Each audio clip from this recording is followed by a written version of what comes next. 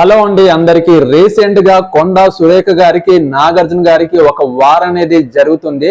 కొండా సురేఖ గారు నాగార్జున గారిని రాజకీయ ప్రస్తావనలోకి తన పేరుని వాడడం వల్ల నాగార్జున గారు కొండా సురేఖ గారి మీద పరువు నష్టం దావా వేయడం జరిగింది.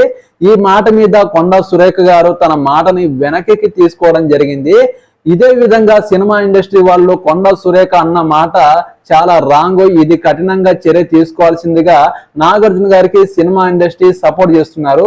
ఇది పక్కన పెడితే నాగార్జున గారు గవర్నమెంట్ భూమిని కబ్జా చేసి ఎన్ కన్వెక్షన్ ని కట్టడం జరిగింది.